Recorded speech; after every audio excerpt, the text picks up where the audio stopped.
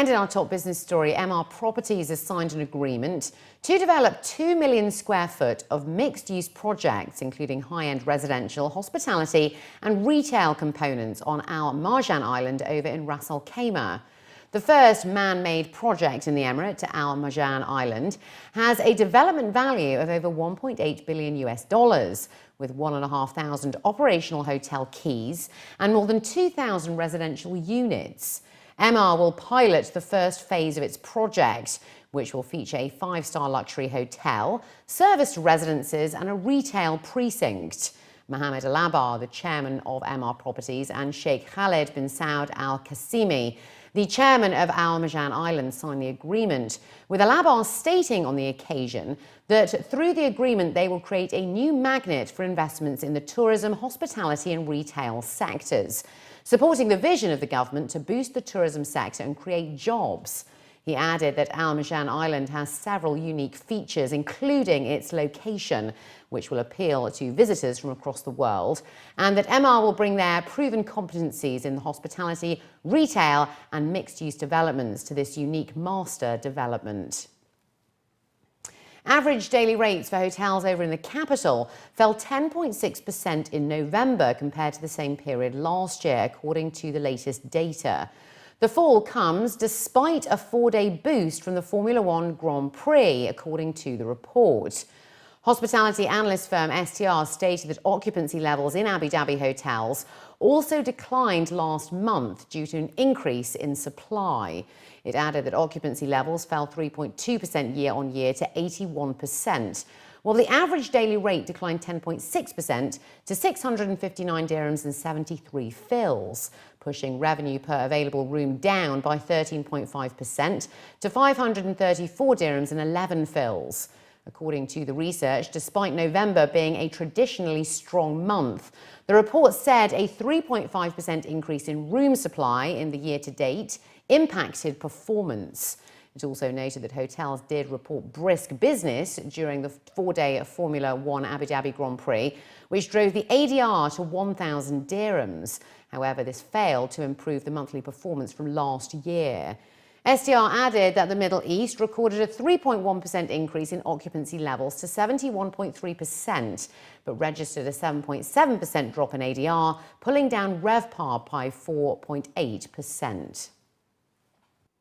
The Middle East wearables market continued to see steady growth in the third quarter of 2016. That's according to the International Data Corporation. The ICT research and consulting services firm said that the Middle East and Africa market grew 38.3% year-on-year in Q3 to total approximately 487,000 units. Analysts for the company stated that buyers for smart wearables are limited, as the main application for these devices is fitness, which is an area that basic wearables also cater to at a much lower cost. Basic wearables continue to experience higher uptake as their already low prices are declining further in a bid to drive differentiation, since there is little to separate the offerings in terms of functionality.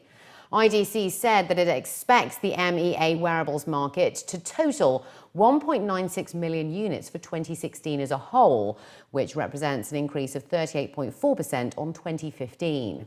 Looking ahead, the market is tipped to grow a further 22.6% in 2017 to reach 2.4 million units for the year. A Dubai-based financial consultancy has claimed that the UAE has among the lowest travel insurance penetration rates in the world. According to Nexus Group, the UAE holidaymakers are failing to take out adequate insurance when travelling abroad, with the company estimating that less than 1% of people are covered by a comprehensive insurance policy. The figure excludes minimal coverage that individuals have from a third party, such as a bank or as a part of a visa application.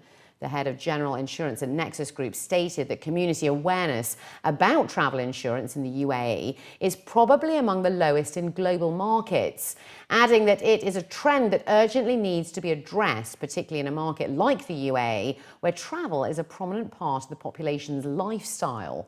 Many residents rely on travel insurance that banks offer as a part of a membership or credit card package, or that which is required by the Schengen visa. But according to insurance experts, these policies offer limited cover and are insufficient when it comes to claiming incurred losses. Nexus warned that medical expenses in the US can reach hundreds of thousands of dollars, while a Schengen policy for Europe only covers emergency medical expenses and not those associated with flight and baggage delay or loss of personal items. By contrast, worldwide term travel insurance coverage to mitigate against these costs, including for the US and Canada, ranges on average between 100 dirhams for 5 days and 550 for 92 days.